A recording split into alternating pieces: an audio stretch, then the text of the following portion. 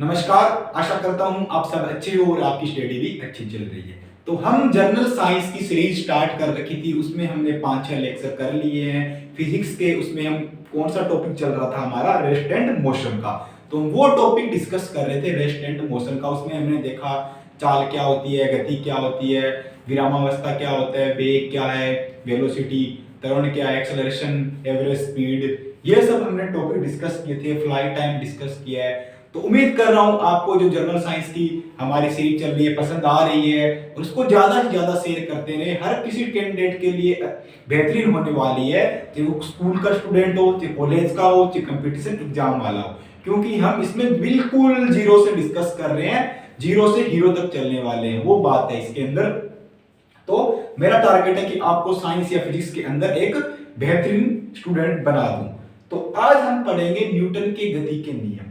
Newton ने कुछ गति के नियम दिए थे, और न्यूटन भाई साहब बहुत इंटेलिजेंट बंदा था कि इसने जो गति के नियम दिए थे ना, वो कब दिए थे? 1687 में दिए थे। 1687 में। अब देख लो उस टाइम क्या टेक्नोलॉजी होती थी।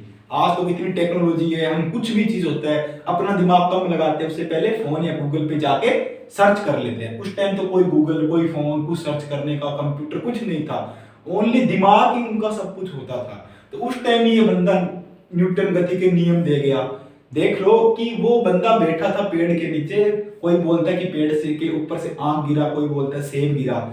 अगर भाई साहब वो सेब या आम जो भी गिरा, पता नहीं हमें क्या गिरा, अगर भाई साहब उसकी खोपड़ी में गिर जाता, अगर उसके सर पे गिर जाता ना, तो वो फिजिक्स को, उसका दिमाग घूम जाता। फिर वो फिजिक्स को ऐसा ऐसा घुमाता, अपने समझ में नहीं आती, पता नहीं वो क्या क्या बना जाता। इतना इंटेलिजेंट आदमी था वो। तो ठीक है, भगवान से शुक्र करो उसके पास ही आके गिरा, तो बहुत सारे लोगों को तो फिजिक्स समझ आ रही है, और बहुत सारे कैंडिडेट को फिजिक्स समझ नहीं आती है। अगर उस पे सर पे गिरता तो उसका सर घूम जाता और वो हमें घुमा देता। तो चलो स्टार्ट करते हैं कि न्यूटन ने गति के क्या नियम दिए थे। तो न्यूटन ने भाई साहब क्या कर रहे थे, एक दिन बैठे थे कहीं, कोई गाड़ी बस में कहीं जा रहे थे।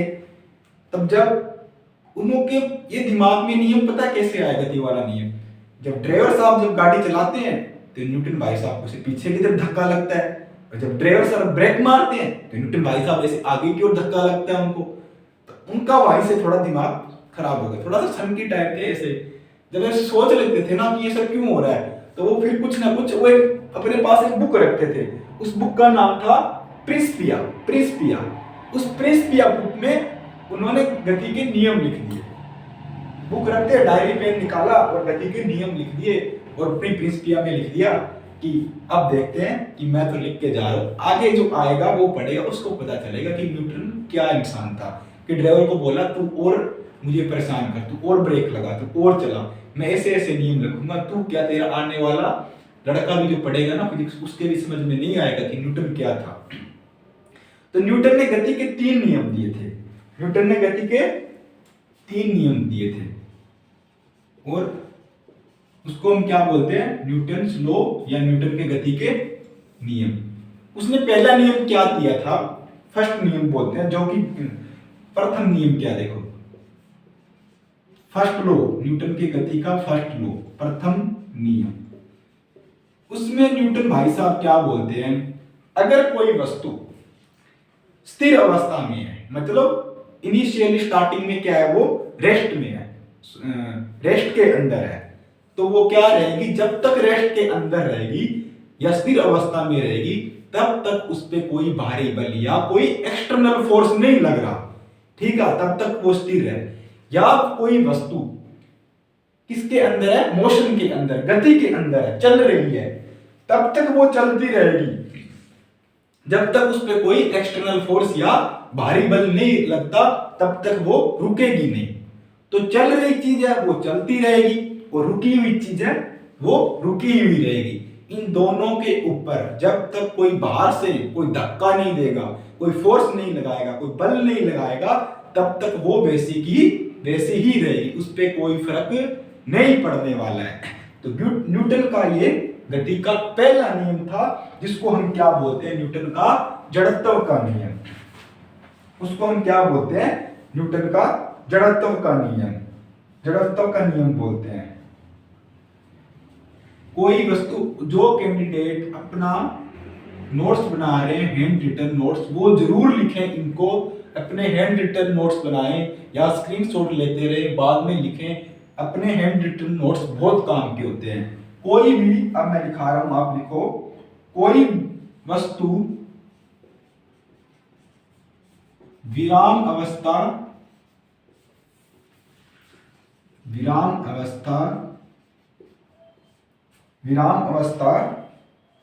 में है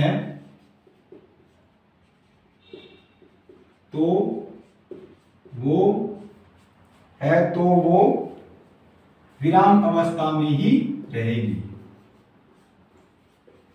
विराम अवस्था में ही रहेगी जब तक कोई बाहरी बल नहीं लगता। जब तक कोई बाहरी बल,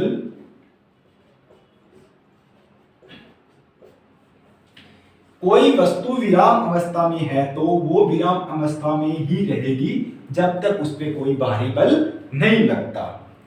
अगर कोई वस्तु, इसके नीचे आप लिख लेना, अगर कोई वस्तु गतिशील अवस्था में है या गति कर रही है, वो तब तक गतिशील अवस्था में रहेगी जब तक उस पर कोई बाहरी बल नहीं लगता, तब तक वो नहीं रुकने वाली है। तो ये विराम अवस्था में है।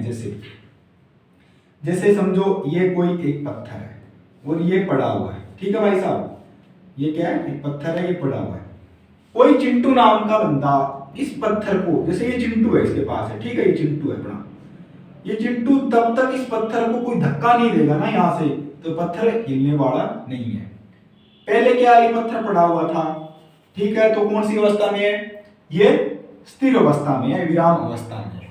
जब चिंटू आया, चिंटू ने देखा कि ये पत्थर कहाँ पड़ा है, रोड पे पड़ा है, तो चिंटू ने क्या किया, यहाँ चिंटू आया और चिंटू ने इस पत्थर को धक्का देना स्टार्ट किया, तो पत्थर क्या हो गया, भारी फोर्स लगा रहा है चिंटू, बल लगा रहा है, तो पत्थर वहां से चला, तो पत्थर क्या हो गया, गति अवस्था में आ गया।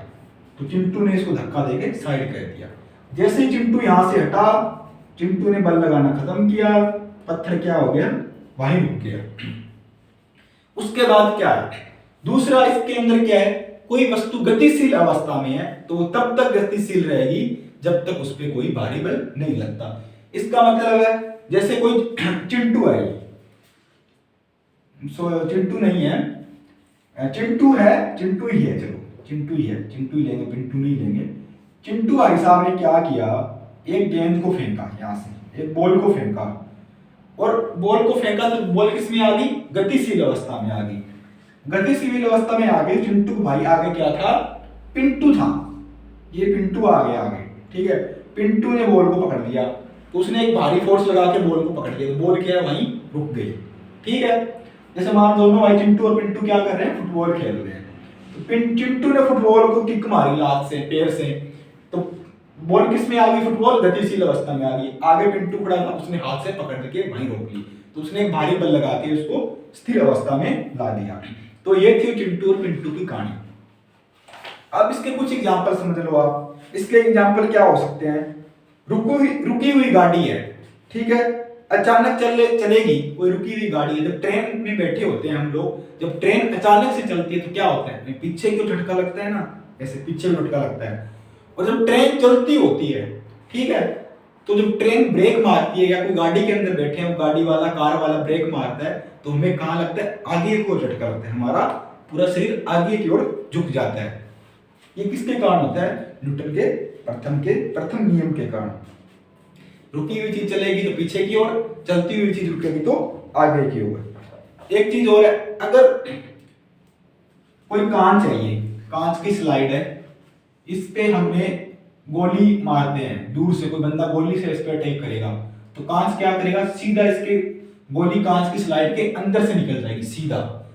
अगर इसी कांच के स्लाइड के ऊपर, कांच के शीशे के ऊपर क्या मारेगा, कोई पत्थर मारेगा, तो क्या होगा, शीशा इसे पूरा टूट जाएगा, शीशा ऐसे पूरा टूट जाएगा, वो भी इसी के कारण होता है। और एग्जाम्पल बता दूं, हथौड़े के हत्थे को कसने होता है, जैसे हथौड़ा होता है, कुल्हाड़ी होता है, किसी के हत्थे को हम कसते हैं, क्या करते हैं उसको, जैसे कुल्हाड़ी या हथौड़े कैसे ऊपर की तरफ करते हैं, जमीन पे कैसे मारते हैं, तो वो क्या है, कुल्हाड़ी वहीं रहती है, हत्था थोड़ा ऊपर की तरफ कस जाता है ना, वो इसी के कारण होता है। तो आशा करता हूँ आपको ये समझ आ रहे होंगे। अगर समझ ना आए तो आप कमेंट करके बताना कहाँ पे आपको दिक्कत आ रही है, तो फिर हम इनको फिर से डिस्कस करेंगे। फिर न्यूटन भाई साहब का दिमाग यहाँ नहीं रुका, इन्होंने बोला एक नियम तो हृदय ही दिया, अब दूसरा नियम भी तो दूंगा। फिर न्यूटन ने क्या किया, द्वितीय नियम दिया। द्वितीय नियम में न्यूटन भाई साहब क्या बोलते हैं, F बराबर F प्रोपोर्शनल, पहले बोले M, फिर बोले F बराबर, ये प्रोपोर्शनल का समानुपाती का निशान होता है भाई, ये प्रोपोर्शनल वाला, इसको हटाने के बाद क्या हुआ, M ही आया। न्यूटन भाई साहब क्या बोलते हैं, जब आप किसी के ऊपर फोर्स लगाओगे, ये फोर्स है, ये द्रव्यमान है, ये क्या है, त्वरण, एक्सीलरेशन है, आप लिख लो, ये फोर्स मतलब बल, हिंदी और इंग्लिश मीडियम किसी को दिक्कत नहीं होगी, ये मास होता है, द्रव्यमान, ठीक है, इसको हम क्या बोलते हैं, मास। ये एक्सीलरेशन होता है, एक्सीलरेशन, इसको हम क्या बोलते हैं, त्वरण, ठीक है। तब न्यूटन भाई साहब ने इसके ऊपर क्या लगाया, न्यूटन भाई साहब बोल रहे हैं कि मैं किसी के ऊपर, कोई बंदा किसी वस्तु का जो द्रव्यमान होगा, द्रव्यमान किसका होगा, किसी वस्तु का जो द्रव्यमान होगा, जैसे ये है, ये कोई पत्थर है, इसका कुछ द्रव्यमान होगा, मतलब कुछ वजन तो होगा ना इसका, तो बोलता है कि कोई इस द्रव्यमान के ऊपर कोई बंदा क्या कर रहा है, फोर्स लगा रहा है, तो वो फोर्स लगेगा ना, जो कितना मैं धक्का दे रहा हूं उस पत्थर को, वो फोर्स लगने वाला है, वो फोर्स किसके बराबर होगा, ये फोर्स जो होगा, जो बल होगा, वो इस पत्थर के द्रव्यमान मतलब इसके मास के, और इससे जो फोर्स लगाऊंगा तो कुछ जनरेट होने वाला जो हमारा एक्सीलरेशन होगा, जो त्वरण होगा, इन दोनों के गुणनफल के समानुपाती होगा। द्रव्यमान और एक्सीलरेशन का गुणनफल हो रहा है ना, गुणा हो रहा है ना, वो क्या है, जो फोर्स है ना, वो इन दोनों के गुणनफल के समानुपाती होगा। तभी तो ये द्वितीय नियम कहलाया था इसका, न्यूटन का। इसका मैं डेफिनेशन लिखता हूं, आप लिखो इसका क्या डेफिनेशन है। ये सारी मेहनत आप लोगों के लिए ही की जा रही है, सब लिखना ये कि आप अच्छे से नोट्स बना सको, आप अच्छे से नोट बना सको। किसी वस्तु पे लिखो, किसी वस्तु पर आरोपित बल, किसी वस्तु पर आरोपित बल, ठीक है, आरोपित बल, किसी वस्तु पर आरोपित बल उस वस्तु के द्रव्यमान, उस वस्तु के द्रव्यमान तथा बल की दिशा में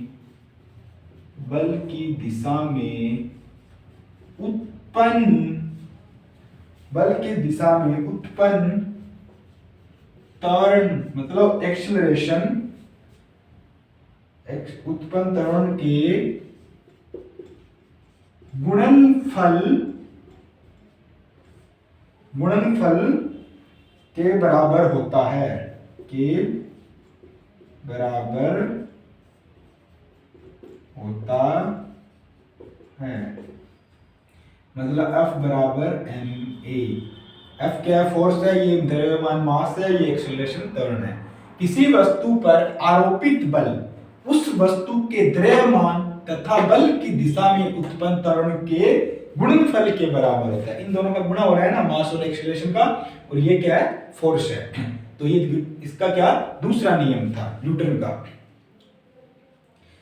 अगर मान लो आपसे कोई पूछे कि इस पे लगने वाला, जो पत्थर की बात कर रहे थे, ये पत्थर है कोई, इस पे हमने फोर्स लगा रहे हैं, अगर बोलता है कोई आदमी कि मैं इस पत्थर पे जो मैं फोर्स लगा रहा हूं मैं इसकी वैल्यू 0 कर दूं, ठीक है, तो इस पे जो जनरेट होने वाला एक्सीलरेशन है, त्वरण है, वो कितना होगा।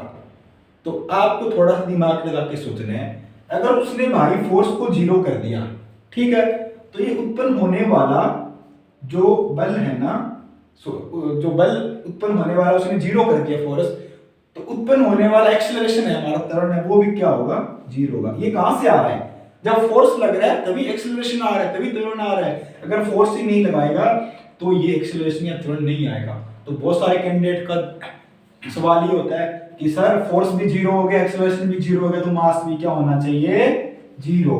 बट ये चीज गलत है। मास 0 कैसे होगा, क्योंकि पत्थर तो वहां का वहीं पड़ा है ना। पत्थर का कुछ तो द्रव्यमान है, कुछ तो मास है, कुछ तो उसमें वजन है, तो पत्थर कैसे 0 हो जाएगा भाई।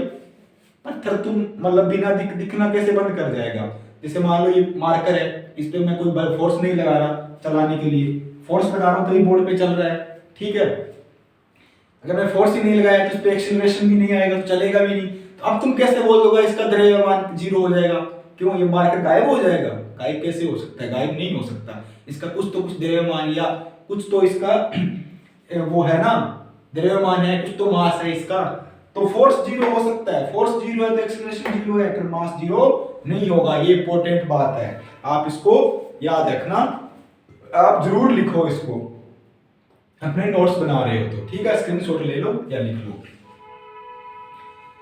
अब न्यूटन के हम तीसरे नियम की बात करेंगे। इसके कुछ पहले एग्जांपल देख लेते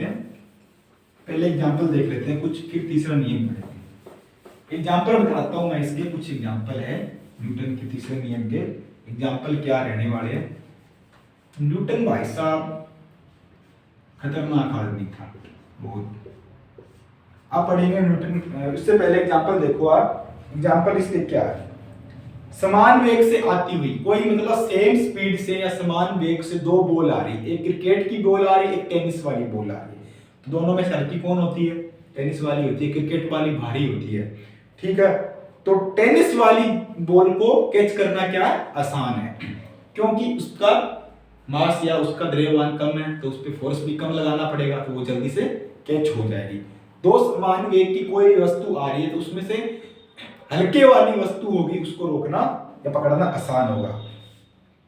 इसी तरह क्या करते हैं, जब खिलाड़ी होते हैं, कोई कैच आ रहा होता है ऊपर से आता है, तो क्या करते हैं, उस बॉल कैच आता है तो क्या करते हैं, हाथ को ऐसे करते हैं और बॉल की जैसे गेंद की स्पीड में ही अपने हाथ को ले जाते हैं, ऐसे पीछे की तरफ, ऐसे छोड़ रखते हैं हाथ, बॉल पकड़ के, कैच पकड़ने के लिए क्या करते हैं, ऊपर से गेंद आती है तो उनके ऊपर फोर्स लगता है, हाथ पे फोर्स लगता है, तो वो ऐसे क्या करते हैं, ऐसे पकड़ के ऐसे नीचे की ओर ऐसे करते हैं। तो ये भी एक इसका एग्जांपल है, डेली लाइफ में देखे।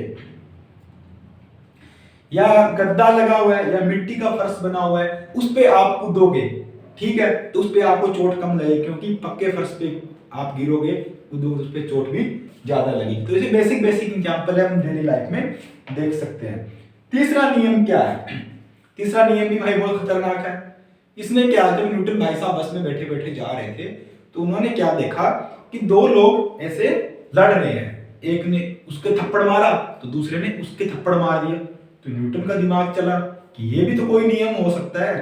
तो न्यूटन ने अपनी वो पेंसिया नाम की डायरी निकाली और उसमें भी लिख दिया, उसमें लिख दिया क्रिया प्रतिक्रिया का नियम, एक्शन एंड अपोजिट रिएक्शन। मतलब आपके कोई थप्पड़ मारे तो आप उसके दोबारा से चला के थप्पड़ मार देना। एक्शन का क्या मिलेगा आपको, रिएक्शन जरूर मिलेगा। बोलते हैं ना कि एक्शन का रिएक्शन, वो एक्शन एंड उसका अपोजिट रिएक्शन यही होता है। क्रिया प्रतिक्रिया का नियम दिया था। क्रिया प्रतिक्रिया का नियम अगर दूसरी तरीके से समझो, जैसे ये बोर्ड है, ये दीवार पे लगाओ, मैं इसको धक्का दूं ऐसे, तो दीवार गिर नहीं रही, नया तो बोर्ड ही गिर रहा। दीवार क्यों नहीं गिर रही, जितना मैं इस पे धक्का दे रहा हूं, इसको बल लगा रहा हूं ऐसे, उधर से ये दीवार भी मेरे तरफ क्या है, एक बल लगा रही है, एक फोर्स लगा रही। मैं इधर से क्रिया कर रहा हूं इस पे धक्का लगाने के लिए, तो वो भी क्या कर रही है, एक प्रतिक्रिया कर रही है। तो ये क्या न्यूटन का एक तीसरा नियम था।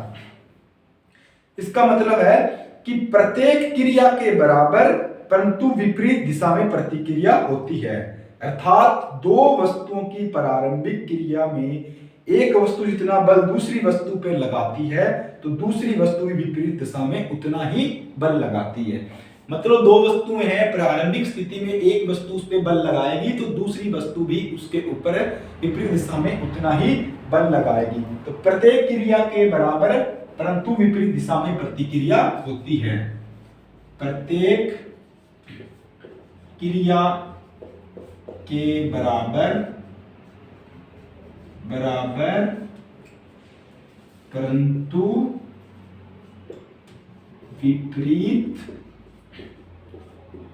विपरीत दिशा में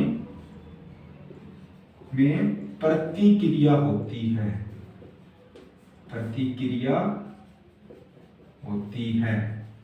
मतलब एक वस्तु किसी के ऊपर बल लगाएगी तो दूसरी वस्तु भी बल लगाएगी उसकी विपरीत दिशा में। उसको क्या बोलते हैं? क्रिया प्रतिक्रिया का नियम बोलते हैं। क्रिया या प्रतिक्रिया का reaction and opposite reaction, action and reaction बोलते हैं, एक्शन एंड रिएक्शन बोलते हैं। ठीक है, जैसे आपने फिल्मों में देखते हो, मूवी के अंदर, या जैसे पुलिस की ट्रेनिंग होती है, वहां आर्मी वाले फायर करते हैं। उस टाइम क्या होता है, जब हम बंदूक चलाते हैं बड़ी वाली, अपने कंधे की तरफ ऐसे यहाँ रख के चलाने के इसलिए बोलते हैं कि जब बंदूक चलाते हैं उसमें गोली निकलती है, वो गोली किस तरफ जाती है? आगे की तरफ जाती है। बंदूक का धक्का कहाँ लगता है? पीछे की तरफ लगता है। तब बोलते हैं उस बंदूक को यहाँ कंधे पे रख के उसको सही से फोर्स देकर चलाओ कि गोली जब आगे निकले, आगे की ओर भागे, तो बंदूक पीछे की तरफ भागती है। तो उसी को सही तरह से पकड़ने के लिए से करता है। जब बंदूक से गोली निकलती है तो गोली आगे की तरफ जाती है, बंदूक पीछे की तरफ आती है। या फिर आप क्या करते हो, जब किश्ती, जिसको नाव बोलते हैं, नाव बोट, इसको किश्ती भी बोलते हैं, किश्ती जो पानी के अंदर चलती है, नाव बोट, उसमें से जब आप उतरते हो नाव के नदी के किनारे पे नाव से, जब बाहर निकलते हो ना से अचानक से, तब अपन क्या जाते हैं? आगे की तरफ जाते हैं। और नाव को जब हम हमारे दूसरे पैर से धक्का लगता है तो नाव क्या पानी नदी के अंदर पीछे की तरफ भागती है। हम कहाँ जा रहे? आगे की तरफ, वो कहाँ जा रहे? पीछे की तरफ। क्या हो रहा है? क्रिया प्रतिक्रिया होता है, एक्शन एंड अपोजिट रिएक्शन हो रहा है उसका। दूसरा क्या है? इसी तरह ऊंचाई से कूदने पे भी क्या चोट लगती है? नाव खोने के लिए बांस से जमीन, और जो नाव चलाने वाला है वो क्या करता है कि जब पानी के अंदर नाव चलाता है, नाव को ऐसे बांस का लकड़ी रखता है एक बड़ी सारी, उसको ऐसे धक्का देता है, जमीन पे लगाता है, ऐसे जमीन पे धक्का लगाता है, नीचे की जमीन से भी उसको थोड़ा ऊपर की ओर धक्का लगता है, तो ऐसे करता है नाव के आगे की ओर चलती है। तो ये थे न्यूटन के 3 गति के नियम। भाई साहब, न्यूटन ने 3 गति के नियम दिए। पहला नियम क्या था? जब कोई वस्तु स्थिर अवस्था में है तो वो स्थिर रहेगी, गतिशील अवस्था में है तो गतिशील रहेगी, जब तक उस पर कोई भारी बल नहीं लगता। तो ये न्यूटन का गति का पहला नियम था। दूसरा नियम क्या था? F बराबर m में जब कोई वस्तु पे फोर्स लगाएंगे, बल लगाएंगे, तो उसमें के वो जो फोर्स होगा वो उस वस्तु के द्रव्यमान और उत्पन्न होने वाला संवेग या त्वरण है उसके गुणनफल के बराबर होगा। ये था न्यूटन के गति का दूसरा नियम।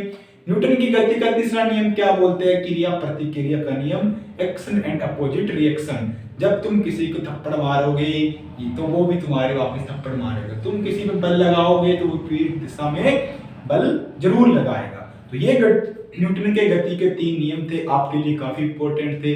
ज्यादा से ज्यादा क्लास को शेयर करें अपने भाई बंधु सब दोस्तों को, और फिजिक्स अपन बहुत इंटरेस्ट के साथ डेली लाइफ से रिलेट कर करके पढ़ेंगे, काफी मजा आने वाला है। और कल जो हम टॉपिक पढ़ेंगे वो फोर्स या बल पढ़ेंगे, तो आप उसको भी थोड़ा पढ़ के आना, आपको पढ़ा होगा अच्छा समझ आएगा, पीछे वाले रिवाइज करना, अपने नोट्स जरूर बनाना हैंड रिटन, जिससे आपको समझ आ सके। जिन कैंडिडेट ने भी क्लास देखना स्टार्ट करे तो पीछे वाली 4-5 क्लास देखें और उनके भी नोट्स बनाएं। तो मिलते हैं कल वाले वीडियो में नई क्लास के साथ। धन्यवाद, जय हिंद।